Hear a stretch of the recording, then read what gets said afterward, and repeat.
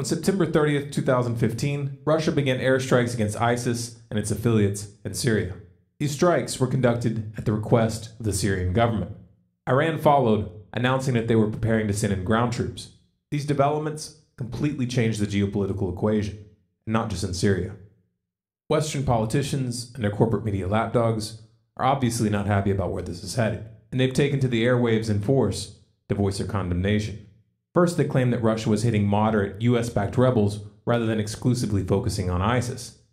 Of course, he moved all the capabilities in, he built the runways, he built the establishment, and then was ready to strike. And instead of revealing anything to carry from Lavrov or from him to Obama, he has a Russian general show up at our embassy in Baghdad an hour before it starts. And what's the first target?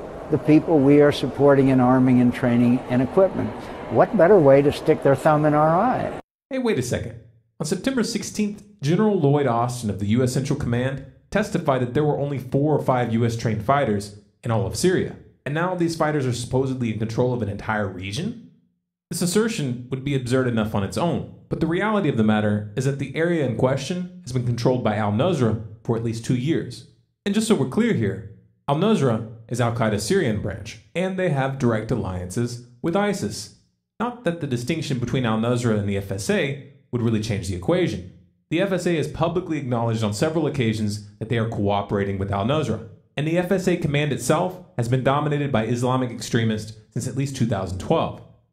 أما فيما يخص بعض الفصائل التي مثلا يطالب الغرب بتصنيفها كمنظمات إرهابية، جبهة النصرة. نعم، نحن نشعر أن هذه الجبهة بمكان ما هي يمكن الحوار معها.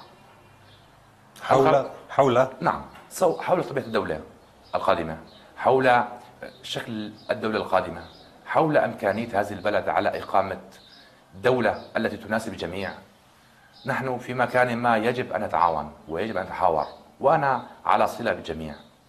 أنا على صلة بالجميع ولا أخفي سرا بذلك، حتى فيما يخص الأخوة في جبهة النصرة، ونتعاون في أمكنة كثيرة.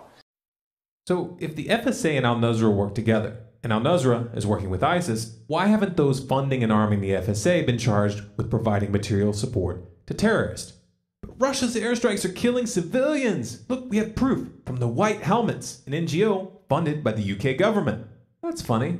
This image looks an awful lot like this one, which was posted on September 25th, 5 days before the airstrikes even began. That was a bit problematic.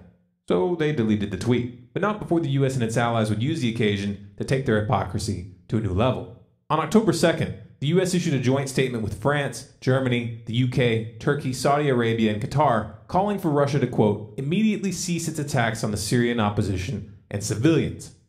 Just to put this into perspective, the Saudis have been bombing Yemen, with US support, since March of 2015, killing thousands of civilians and creating a humanitarian crisis of epic proportions. The irony also seemed to be lost on Washington, who after decades of military occupations and drone campaigns, which have killed millions of civilians, topped it off by repeatedly bombing a Doctors Without Borders hospital in Afghanistan just 1 day later.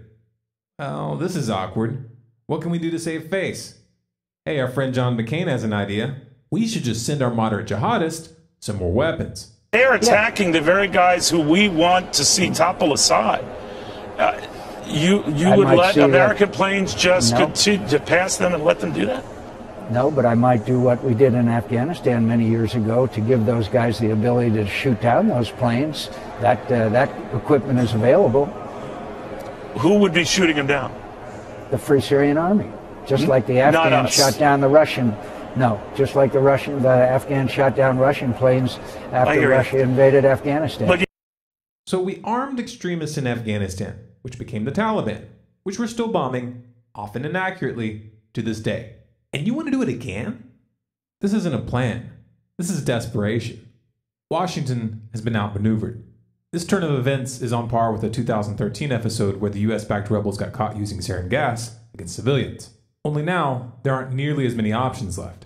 With Russia providing air support and Iran assisting in the ground campaign, the US no longer has any leverage in Syria.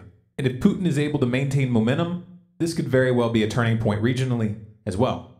That doesn't mean the game is over though. The US and its allies aren't going to just walk away from this. You can rest assured that Washington is scrambling to cook something up right now. And if the last few years are any indicator, this could get very interesting. This video is Creative Commons. You have permission to download and distribute any and all of our content through any venue, commercial or non-commercial. If you want more people to see this information, please remember to like, share, and comment. If you want to see how far the rabbit hole really goes, keep in touch. Subscribe to Storm Clouds Gathering on YouTube, follow us on Facebook, Twitter, and Google+, and you can sign up for email notifications of new releases on our website, stormcloudsgathering.com. We also want to say thank you to all of you who donated this past month to keep this project going, and to all of you who've offered to volunteer. There aren't enough hours in a day to respond to each of you individually, but you have made a difference.